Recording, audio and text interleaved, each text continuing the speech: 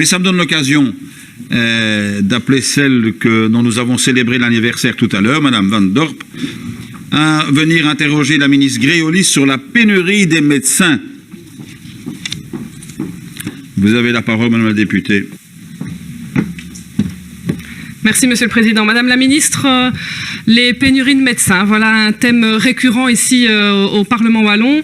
De nombreux collègues et moi-même avons déjà eu l'occasion de vous interpeller, votre prédécesseur aussi. Une résolution a également été déposée par le CDH il y a 3 ans maintenant, allant dans ce sens.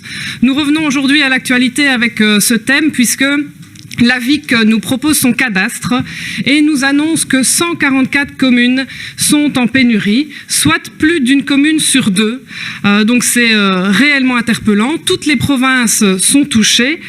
Si je prends l'exemple de Moucron, à visu 2025, il resterait pour nos 60 000 habitants, 15 médecins généralistes, puisqu'il faut compter aussi qu'un tiers des médecins exerçant en 2016 avaient plus de 65 ans.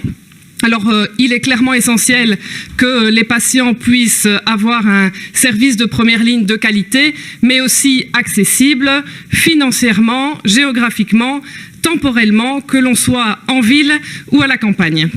Alors j'ai eu l'occasion de voir dans votre budget qu'il y avait une augmentation significative, notamment pour les aides Impulséo et Assistéo. Donc Impulséo qui sont les aides pour les aides administratives aux médecins, Assistéo pour soutenir les binômes médecins infirmiers. Et donc j'aurais voulu savoir, Madame la Ministre, quels étaient les objectifs que le gouvernement s'était fixés par rapport à cette problématique et quelles étaient aussi les solutions proposées ou à prévoir à long terme pour pouvoir enrayer ce phénomène plus qu'inquiétant. Je vous remercie. Merci, Madame la députée. C'est au tour de Madame la Ministre de répondre et à nous rejoindre.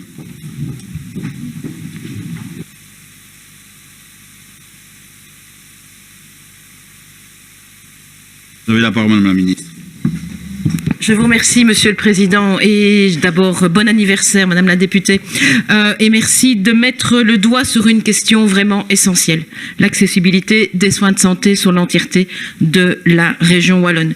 Et donc, comme vous l'avez souligné, et ensuite de la politique déjà menée par mon excellent prédécesseur, dont ce n'était pas l'anniversaire aujourd'hui, mais que je salue quand même, nous avons poursuivi un certain nombre de politiques que vous avez entre autres mises en évidence, c'est-à-dire Impulséo et Assistéo, mais aussi, il faut le dire, en collaboration entre autres avec mon collègue René Colin, des aides à l'investissement, à des logements tremplins et aussi à des associations de médecins, ce qui permet aussi de soulager le travail de ceux-ci au quotidien.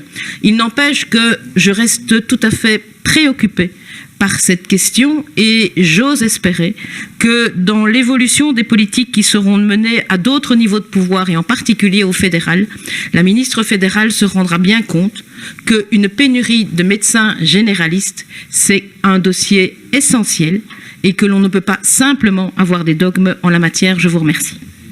Merci, Madame la Ministre. Nous revenons vers vous, Madame la députée.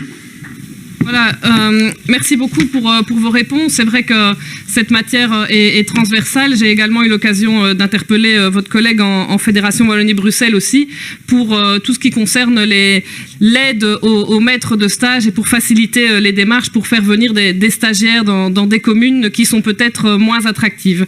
Donc j'espère vraiment que cette collaboration entre niveaux de pouvoir permettra d'enrayer ce phénomène. Quand on pense qu'à Moucron, on pourrait se retrouver avec un médecin pour 4000 habitants, ça devient vraiment dramatique et inquiétant. Je vous remercie.